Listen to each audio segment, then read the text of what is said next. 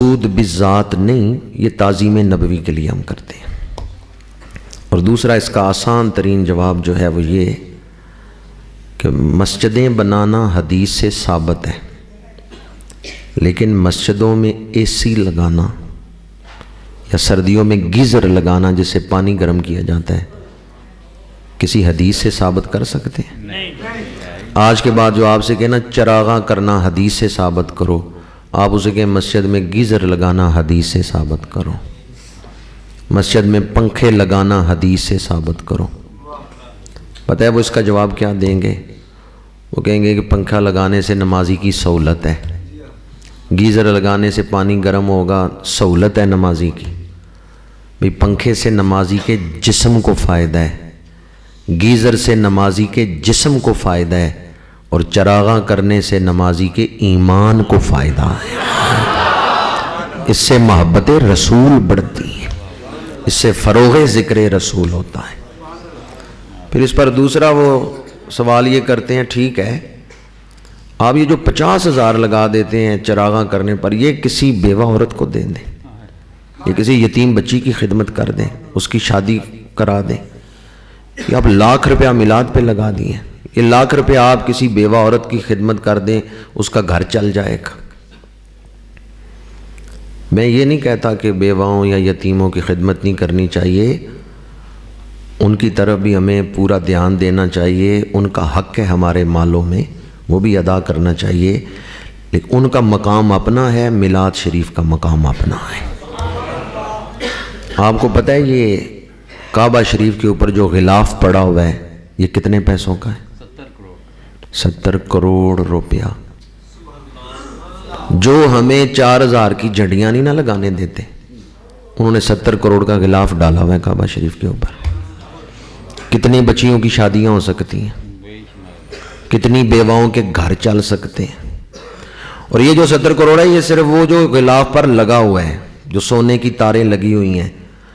کسوۃ الکعبہ جو کمپنی ہے وہ تو پورا سال چلتی ہے، ملازموں کی تنخواہیں اور بجلی کے بل وہ اس سے الگ ہیں۔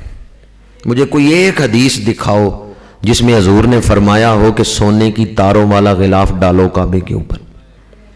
جو ہم سے ہر بات پر حدیث مانگتے ہیں نا، حدیث دکھاؤ حدیث دکھاؤ، ان سے آپ کے کعبہ شریف کا جو غلاف ہے سونے کا، یہ حدیث سے ثابت کرو کہ حضور نے حکم دیا ہو ڈالنے کا۔ یا 70 کروڑ کا غلاف تم نے ڈالا ہے، اس سے تو کئی بیواؤں کے گھر چل سکتے ہیں پورا سال۔ میں یہ بھی نہیں کہہ رہا کہ آپ اتنا خوبصورت یا مہنگا غلاف نہ ڈالیں، اللہ نے دولت دی ہے، اس سے بھی زیادہ کا خوبصورت ڈال لیں۔ میں صرف یہ سوال کر رہا ہوں، اگر کعبے کی شان ظاہر کرنے کے لیے 70 کروڑ کا غلاف ڈالا جا سکتا ہے تو جو کعبے کے بھی کعبہ ہیں،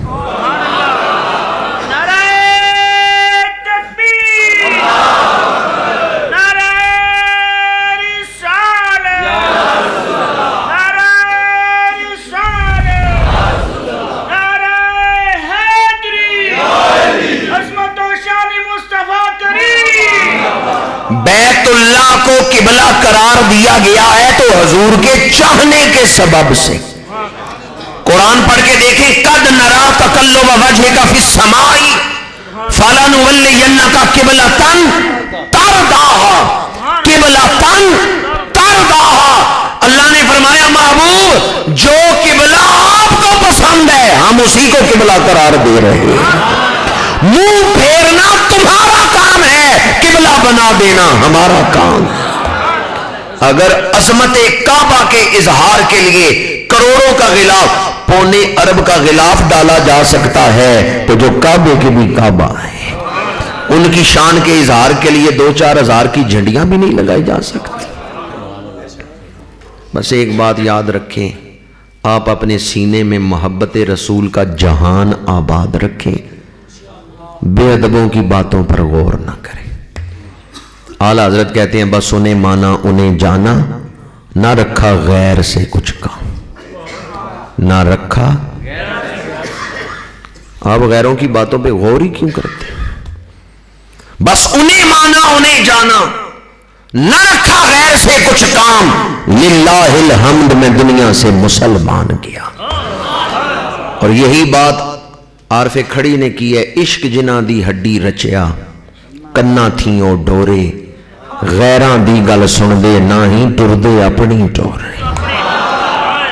عشق جنہ دی ہڈی رچیا کنا تھیں او ڈورے غیراں دی گل سن دے نہ ہی ٹر دے اپنی ٹورے۔ ہم اس تذکو احتشام سے میلاد منا کے دنیا کو یہی پیغام دیتے ہیں 12 ربیع الاول کی صبح ہو جو محبوب آیا ہے ان کی شانوں والا نہ کوئی پہلے آیا ہے نہ کوئی آئندہ آئے گا، بے مثال شانوں کے ساتھ حضور تشریف لائے ہیں۔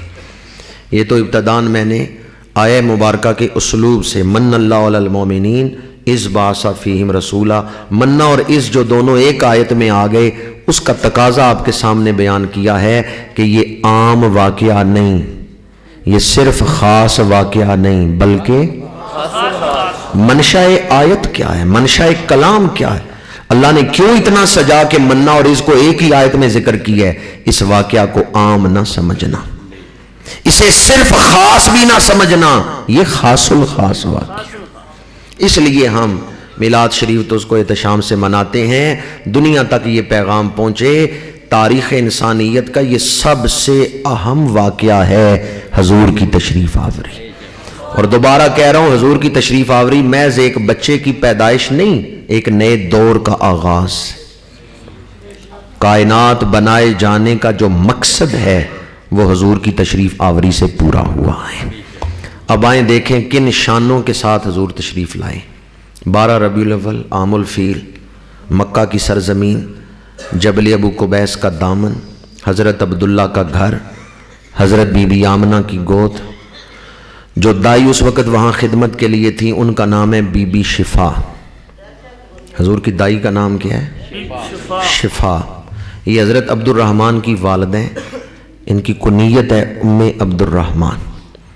شفا فرماتی ہیں جب حضور کی ولادت ہوئی تو میں نے دیکھا ناف کٹی ہوئی ہے، ختنہ ہو چکا ہے۔ مدارج النبوت میں شیخ عبدالحق محدث دہلوی لکھتے ہیں ناف کیوں کٹی ہوئی تھی، ختنہ کیوں ہو چکا تھا؟ اللہ نے حضور کو اپنے حسن کی تکمیل میں کسی انسان کا محتاج نہیں ہونے دیا، اس لیے ناف کٹی ہوئی تھی، ختنہ ہو چکا تھا۔ غیر مقلدین اہل حدیثوں کے پیشوا نواب صدیق حسن خان بھوپالی نے الشمامۃ الانبریاء میں لکھا ہے کہ جب حضور کی ولادت ہوئی تو آپ کی ناف کٹی ہوئی تھی، ختنہ ہو چکا تھا۔ تیسری شان، عام بچے پیدا ہوتے ہیں تو جسم پہ خون لگا ہوتا ہے، جسم صاف کرنے کی ضرورت، غسل دینے کی ضرورت۔ ہمارے آقا کریم کا میلاد ہوا ہے، بدن مبارک پہ ایک قطرہ خون نہیں لگا ہوا، بدن مبارک چمک رہا ہے۔ چوتھی شان، بی بی شفا فرماتی ہیں حضور کے بدن مبارک سے خوشبو آ رہی تھی۔ ویسے عطر لگانا حضور کی سنت ہے، لیکن آپ عطر لگانے کے محتاج نہیں تھے، آپ عطر نہ بھی لگاتے پھر بھی آپ کے بدن مبارک سے خوشبو ہی آتی تھی۔ پانچویں شان، دائی فرماتی ہیں حضور کے بال سمرے ہوئے تھے، کنگھی کرنے کی ضرورت نہیں تھی۔ چھٹی شان، حضور کی ولادت ہوئی، آنکھوں میں سرما لگا ہوا تھا، سرمگی آنکھیں تھیں۔ ساتویں شان، یہ جو میں میلاد آپ کو سنا رہا ہوں یہ علماء عرب میں سے علامہ علی بن برہان الدین حلبی، انہوں نے 10ویں صدی ہجری کے عظیم محقق ہیں، انہوں نے کتاب لکھی ہے انسان العیون جسے ہم سیرت حلبیہ کہتے ہیں، اس کے اندر یہ ساری شان میلاد موجود ہے۔ حلب شام میں ہے، علماء عرب میں سے علامہ علی بن برہان الدین حلبی نے سیرت حلبیہ کے اندر حضور کی یہ شان ولادت بیان کی ہیں۔ 6 شانیں ان میں سے میں نے بیان کی ہیں۔ 7ویں شان، حضور کا ظہور قدسی ہوا، آپ نے سر سجدے میں رکھا ہے، رب حب لی امتی، پروردگار میری امت کو بخشش عطا فرما۔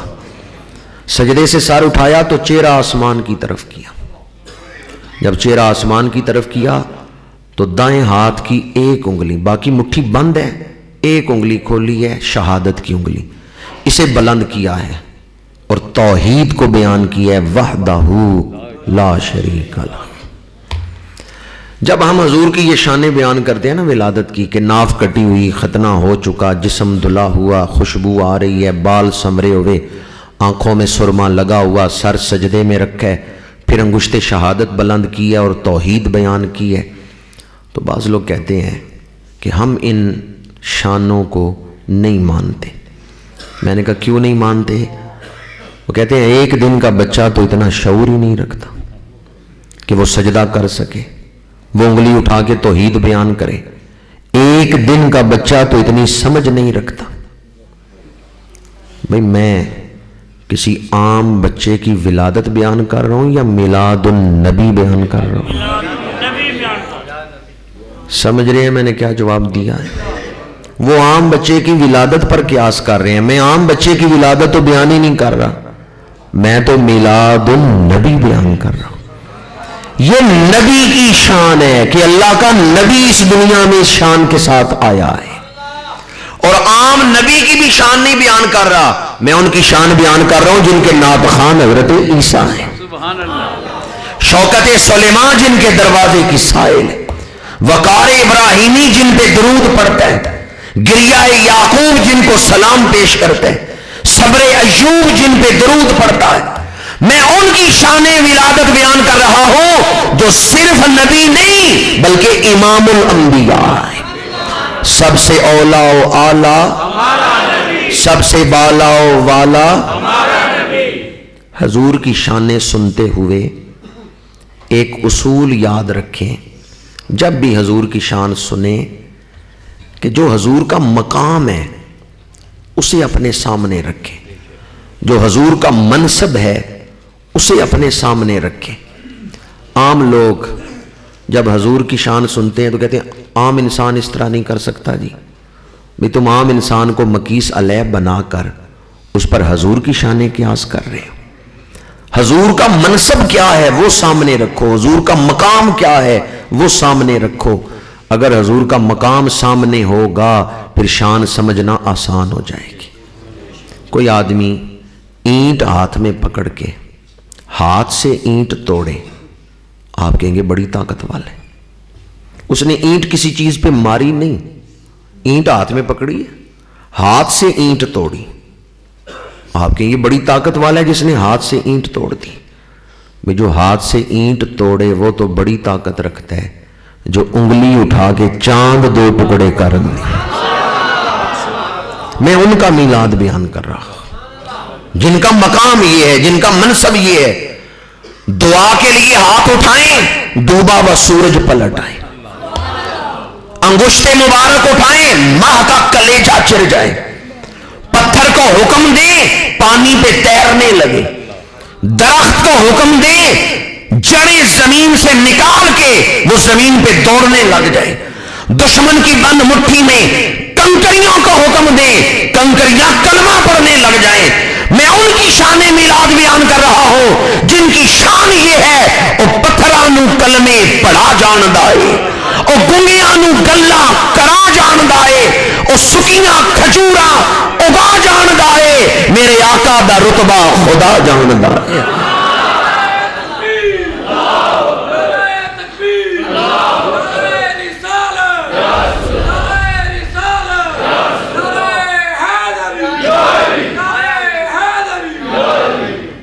یہ کسی عام بچے کی ولادت نہیں بیان ہو رہی، امام الانبیاء کی شان ولادت۔ نبی دنیا میں آ کے عبادت کر کے نفل پڑھ کے نبی نہیں بنتا، دنیا میں آنے سے پہلے ہی وہ نبی ہوتا ہے۔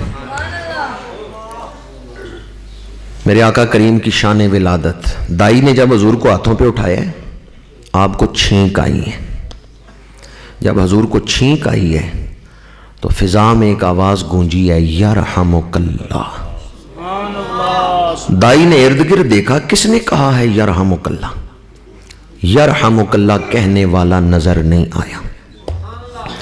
علامہ علی بن برہان الدین حلبی نے اس پر ایک طویل بحث کی ہے، کئی حدیثیں لکھی ہیں، عباسی خلفاء کے واقعات لکھے ہیں، آخر میں جا کے نتیجہ یہ نکالا ہے، کہتے ہیں جب حضور کو دائی نے اٹھایا نا ہاتھوں پہ اور آپ کو چھینک آئی ہے تو آپ نے پڑھے الحمدللہ.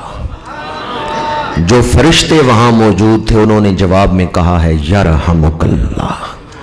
اللہ نے فرشتوں کی آواز دائی کو سنا دی. اپنے محبوب کی شان ظاہر کرنے کے لیے اللہ نے فرشتوں کی وہ آواز دائی کو سنا دی. 10ویں شان ولادت. آپ کی ولادت ہوئی ہے صبح صادق کے وقت. کس وقت؟ صبح صادق. یہ صادق و امین کے آنے کا وقت ہے. جو آ رہے ہیں انہیں دشمن بھی کہیں گے صادق ہیں. اللہ نے وقت بھی وہ مقرر کیا جو وقت ہی صبح صادق ہے. عربی میں اہل عرب کے ہاں ایک رواج تھا کہ جو بچہ رات کے اندھیرے میں پیدا ہوتا، سورج نکلنے سے پہلے پہلے کسی وقت پیدا ہوتا، رات کے اندھیرے میں اس بچے کے چہرے پر پہلی نظر نہیں ڈالتے تھے. نو مولود بچے کے چہرے پر پہلی نظر رات کے اندھیرے میں ڈالنا، اس کو وہ لوگ برا شگون سمجھتے تھے. وہ بچے کے چہرے پہ پہلی نظر ڈالتے تھے سورج کی روشنی میں. یہ دور جاہلیت کے توہمات میں سے تھا. دائی کی ڈیوٹی یہ تھی کہ وہ بچے کو کپڑے میں لپیٹ کے بستر پہ لٹاتی. ایک برتن تھا جس سے بچے کو ڈھک دیا جاتا تھا. جو بچہ رات کے کسی حصے میں پیدا ہوتا، ایک برتن سے دائی اس کو ڈھک دیتی. اس برتن میں سوراخ ہوتا تھا. دائی وہاں ڈیوٹی دیتی تھی. جب سورج طلوع ہوتا دائی برتن ہٹا کے نو مولود بچہ جو ہے وہ لوگوں کو دکھاتی تھی. اس رواج کے مطابق جو دور جاہلیت کے توہمات میں سے تھا، دائی نے حضور کو بستر پہ لٹایا، وہ برتن منگایا، اس برتن کو حضور کے بدن مبارک کے اوپر رکھا ہے. جو ہی اسے حضور کے بدن مبارک کے اوپر رکھا ہے برتن ٹوٹ گئے. وہ برتن آپ کے بدن مبارک کو ڈھک نہیں سکا، چھپا نہیں سکا، برتن ٹوٹ گئے. جب برتن ٹوٹے تو دائی نے کہا بی بی آمنہ مبارک ہو، تمہارے گھر عام بچہ نہیں پیدا ہوا، یہ دنیا کو جہالت سے نکالنے والا آ گیا ہے، یہ دنیا کو توہمات سے نکالنے والا آ گیا ہے. برتن کا ٹوٹنا اس بات کی دلیل ہے بی بی آمنہ تمہارے گھر عام بچہ نہیں پیدا ہوا، یہ اللہ کا نبی ہے جو تمہارے گھر میں پیدا ہوا. تاریخ اٹھا کے دیکھیں 40 سالوں کے بعد جب میرے آقا کریم نے اعلان نبوت فرمایا ہے، اس وقت دائی زندہ تھی، بی بی شفا زندہ تھی. انہوں نے فوراً کلمہ پڑھ لیا، صحابیہ بن گئی. ابو جہل آیا، اس نے آ کے کہا بی بی شفا کون سا کمال دیکھا ہے جو کلمہ پڑھا ہے؟ مجھے بھی بتاؤ کیا کمال دیکھا ہے تم نے جو کلمہ پڑھا ہے؟ حضرت بی بی شفا کو جلال آ گیا. انہوں نے کہا عمر بن حشام چپ کر جا، نہ پوچھ میں نے کیا کیا کمال دیکھے. میں نے تو ان کی ولادت کے دن کہہ دیا تھا یہ اللہ کا نبی پیدا ہوا ہے. میں تو انتظار کر رہی تھی کہ یہ کب اپنی نبوت کا اعلان کرے اور میں کلمہ پڑھ کے ان کی امت میں شامل ہو جاؤں. پہلے 40 مسلمانوں میں دائی کا شامل ہونا اس بات کی دلیل ہے میرے آقا کریم کی ولادت پیغمبرانہ شان کے ساتھ ہوئی ہے. اور بہت ساری شانیں ہیں ولادت کی، میں نے چند ایک آپ کے سامنے بیان کی. میرے آقا کریم نے جو سب سے پہلے دودھ پیا ہے وہ اپنی حقیقی والدہ حضرت بی بی آمنہ کا دودھ پیا ہے. پھر حضرت صوبیہ، پھر حضرت حلیمہ سعدیہ. اور یاد رکھیں نبی کسی کافرہ عورت کا دودھ نہیں پیتے. جس وجود پہ اللہ نے وہی نازل کرنے، اللہ اسے کسی کافرہ کے دودھ سے پروان نہیں چڑھاتا. حضور کے والدین ایمان والے ہیں. ایک دفعہ کہہ کے اس زمین کو، اس مسجد کو اپنے ایمان پر گواہ بنا سکتے ہیں حضور کے والدین. میں اس لیے نہیں کہلوا رہا کہ آپ کہیں گے تو کوئی رونق بنے گی، نہیں، میں تو اس لیے کہلوا رہا ہوں کہ علامہ محمود آلوسی نے لکھا ہے تفسیر روح المعانی کے اندر، جو حضور کے والدین کا ایمان بیان کرے گا مرتے دم اسے ایمان نصیب ہو جائے گا. آئیں آج اس محفل میں وہ وظیفہ کر لیں جس کا فائدہ موت کے وقت ہوگا. حضور کے والدین، سب سے پہلے آپ نے حقیقی والدہ کا دودھ پیا ہے، پھر حضرت صوبیہ، پھر حضرت حلیمہ سعدیہ۔ عرب میں رواج تھا، دیہاتی علاقوں سے دائیاں آتی اور شہری علاقے سے نو مولود بچوں کو لے جاتی، 2-3 سال دودھ پلاتی، پھر بچہ واپس کرتی، ماں باپ سے پیسے لیتی۔ جو دائیاں پیسے لے کے دودھ پلاتی تھیں وہ دودھ تو پلاتی تھیں پر پیار نہیں کرتی تھیں۔ وہ بچوں سے پیار کیوں نہیں کرتی تھیں؟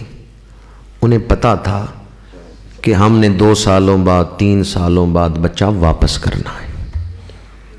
جو چیز پیاری لگے اسے اپنے آپ سے دور کرنا مشکل ہوتا ہے، جس سے محبت ہو جائے اس کو جدا کرنا مشکل ہوتا ہے۔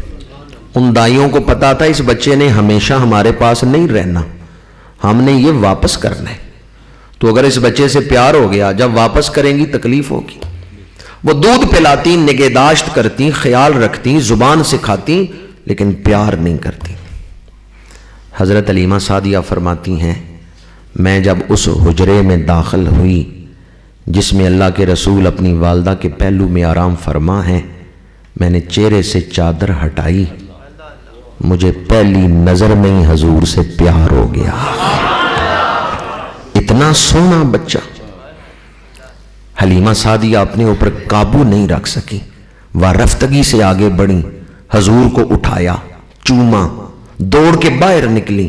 باہر ان کے خامد حارث کھڑے تھے، کہا حارث دیکھو کتنا سونا بچہ ہے، تم نے آج تک اتنا سونا بچہ دیکھا ہے؟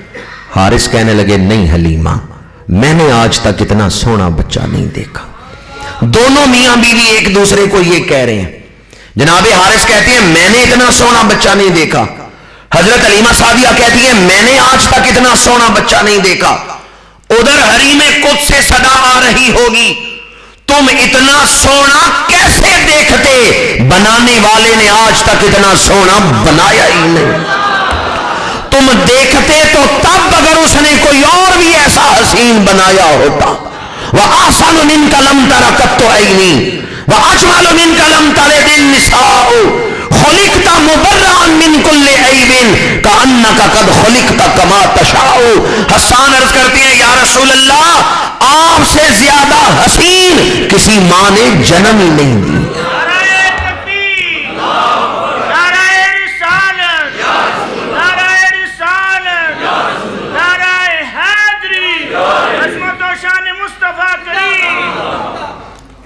جرمنی کا ایک شہر ہے نیورنبرگ، وہاں ایک مسجد ہے المدینہ۔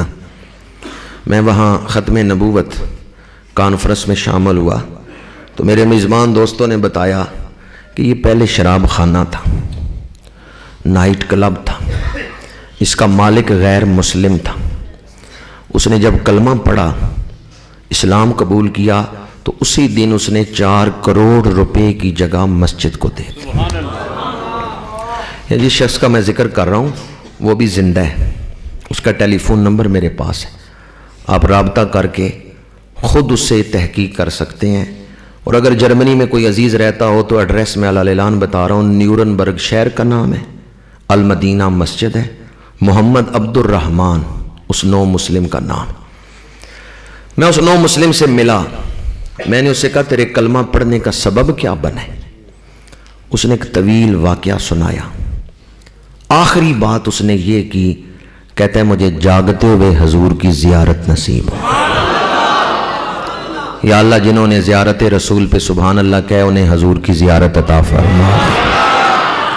خواجہ غلام فرید کہتے ہیں جے تو مل پمیں تا میں لکھ دیاں، جے تو نہ ملیں تا میں ککھ دیاں، پر دل وچ اڈیکاں رکھ دیاں، دل وچ اڈیکاں رکھ دیاں، کدی لے نمانی دی سار میں۔ وہ نو مسلم کہنے لگا بس حضور آئے ہیں، کلمہ پڑھا گئے ہیں، مجھے جاگتے ہوئے حضور کی زیارت ہوئی۔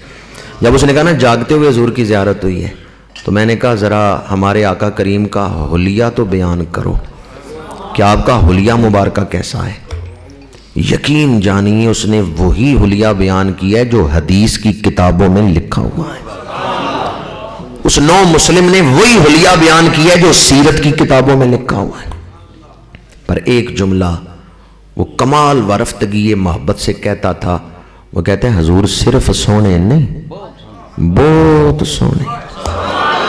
یہ بات میں نے اس لیے سنائی کہ جو حضرت حلیمہ سعدیہ نے کہا نا، آج کے دور تک جو بھی حضور کی زیارت کر رہے یہی کہہ رہا ہے۔ وہ نو مسلم کہتے ہیں حضور صرف سونے نہیں، بہت سونے۔ آپ لوگوں کا کیا عقیدہ ہے؟ صرف سونے؟ حضور صرف سونے نہیں، مکھ چند بدر شاہ شانی، متھے چمکدی لاٹ نورانی، کالی زلف تے اکھ مستانی ہیں، مخمور رکھیاں ہن مد بھریاں، دو ابرو کوس مثال دسن، جے تو نوکے میادے تیر چھٹن، لباں سرخ آنکھاں کے لالے یمن، چٹے دند موتی دیاں ہیں لڑیاں، دسے صورت راہ بے صورت دا، توبہ راہ کے عین حقیقت دا، پر کم نہیں بے سوجت دا، کم نہیں۔ ایک اندھے کو سارا دن گجرات شہر پھراتے رہے، شام کے وقت اس اندھے سے پوچھیں بتاؤ شہر میں کیا کیا دیکھا ہے؟ اندھا بتا سکتے ہیں؟ لوگ پوچھنے والے سے کہیں گے وہ تو اندھا ہے اور تو عقل کا اندھا ہے۔ بھئی اندھے سے پوچھ رہے ہو کیا دیکھا ہے؟ اندھے سے پوچھنا چاہیے؟ اندھوں سے نہ پوچھیں حضور کا حسن کیسا ہے، کسی نظر والے سے پوچھیں۔ اعلیٰ حضرت کہتی ہیں آنکھ والا تیرے جوبن کا نظارہ دیکھے، دیدہ کور کو کیا آئے نظر کیا دیکھے۔ اندھوں سے نہ پوچھیں حضور کا حسن کیا ہے، وہ جو نظر والے ہیں جنہیں وادی ہمراہ میں دیدار ہوا، وہ کہتے ہیں کوئی مثل نہیں دھولن، چپ کر مہر علی اتھے جا نہیں دھولن۔